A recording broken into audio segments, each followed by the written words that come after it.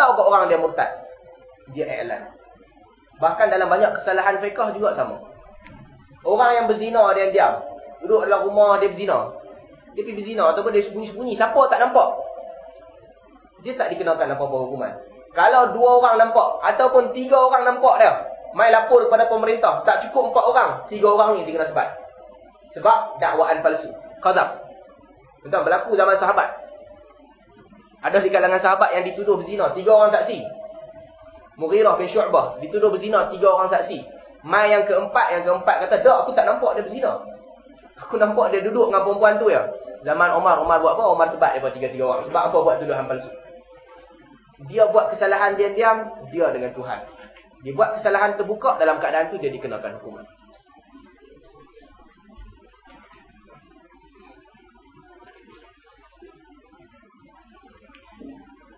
Kata Ibn Rajab Al-Hambali, ada sebahagian orang, kuat sangat ke?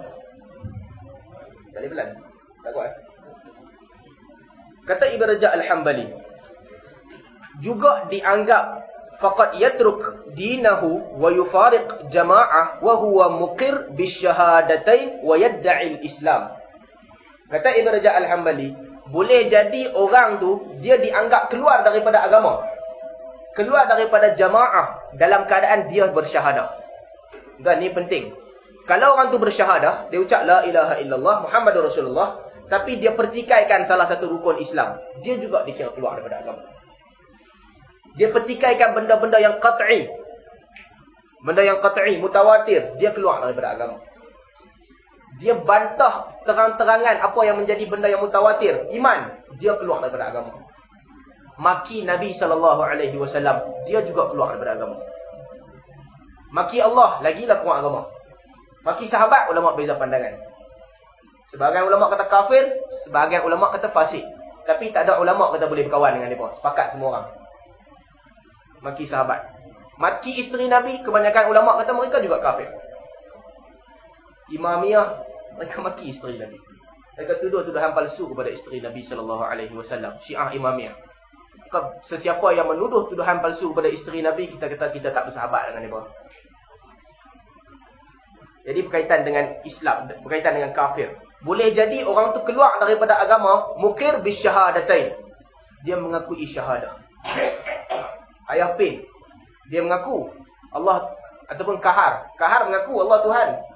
Dia mengaku Nabi Muhammad tu Nabi. Cuma dia buat apa? Dia kata saya pun Nabi juga. Nabi Muhammad Nabi untuk Arab, saya Nabi untuk Melayu. Kita kata dia kafir. Walaupun dia mengucap kafir, sebab dia ubah benda-benda dasar di dalam agama, dia dianggap kafir. Orang buat dakwaan, malaikat ni siapa? Malaikat ni perempuan. Perempuan ada sayap, muka cantik, dia juga kafir. Itu kepercayaan Yahudi. Yahudi kata malaikat ni anak-anak Allah, perempuan, anak-anak perempuan, inas, dia juga kafir. Orang yang membatalkan mana-mana Nabi, dia batalkan mana-mana Nabi. Dia kata Nabi Isa ni bukan Nabi sebenarnya. Nabi Isa ni, Nabi lain semua Nabi. Nabi Isa yang bukan. Dia juga kafir. Membantah mana-mana Nabi, kafir. Dalam bab Nabi Adam, ulama berbeza pandangan. Pembahasan tu di kalangan ulama hadis. Sama ada Nabi Adam, Rasul ataupun Nabi pertama. Itu bab lain lah. Tapi saya saja seronok bantah Nabi, mereka dianggap kafir. Ataupun tambah satu Nabi yang tak ada dalam nas. Nabi Muhammad kata, ana khatimul anbiya, aku Nabi last. Tambah satu lagi, Qadiani, tambah satu lagi Nabi. Dia juga kafir. Walaupun mengaku syahadah. Jadi itu yang dimaksudkan oleh Ibn Rajab Al-Hambali di sini.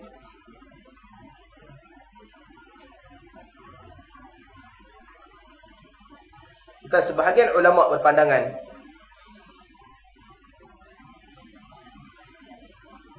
perempuan tak dibunuh apabila murtad. Sebagaimana orang yang dalam peperangan, sebahagian pandangan ulama Hanafi, mereka kata ketika kita perang, perempuan tak dibunuh. Jadi kalau kafir, perempuan murtad, dia juga tak dibunuh. Semua pandangan itu ditolak. Pandangan itu pandangan yang tak kuat. Jumhur berpandangan laki ke perempuan ke, kalau dia murtad, dia boleh dibunuh.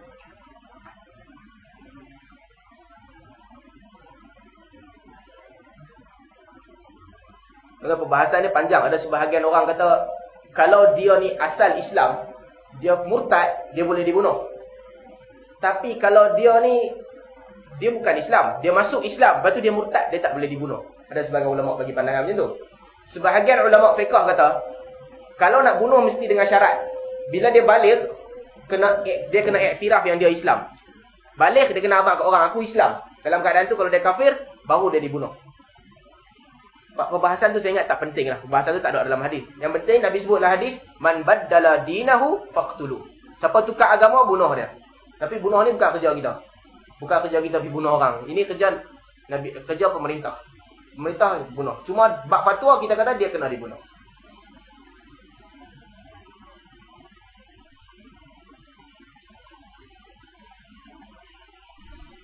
Bab seterusnya.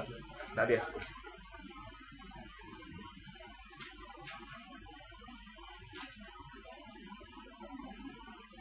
Bagi orang yang kafir, orang yang keluar daripada agama ataupun murtad, irtadda an dinih, ulama berbeza pandangan sama ada dia boleh bertaubat atau tidak.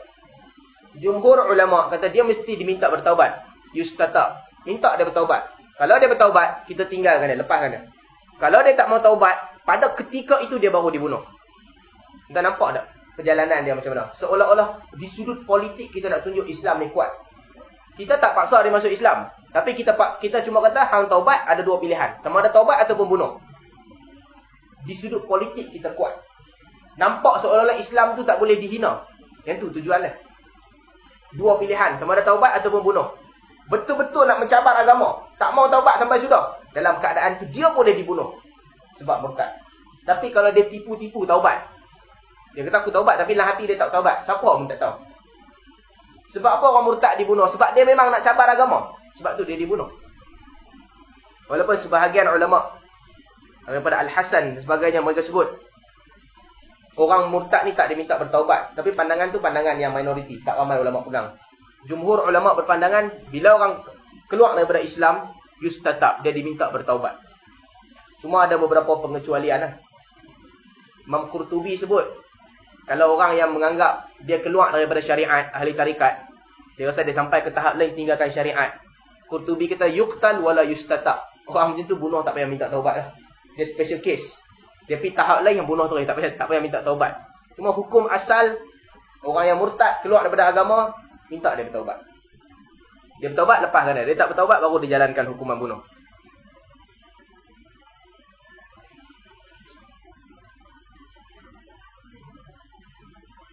Ada hadis riwayat Abu Daud daripada Aisyah. Kata Aisyah,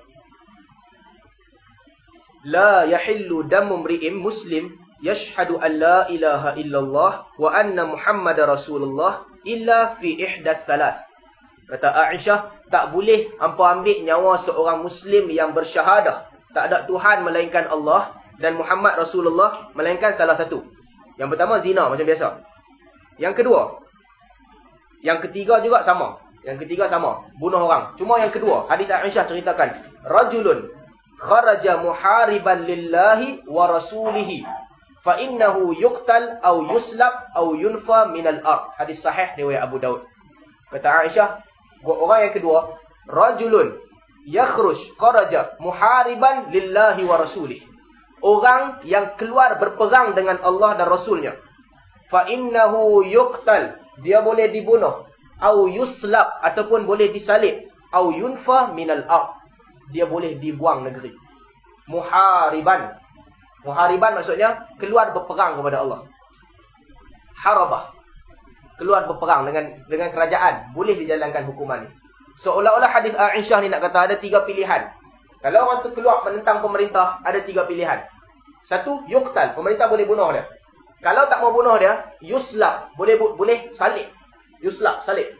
Ataupun yang ketiga, kalau tak mau salib dia, yunha ataupun yunfa minal ard, buang negeri, buang kerakyatan. Boleh buat tiga pilihan. Tuan-tuan, dalam surah Al-Mumtahanah, surah Al-Mumtahanah, cerita tafsir surah Al-Mumtahanah ayat 1. Hatib bin Abi Balta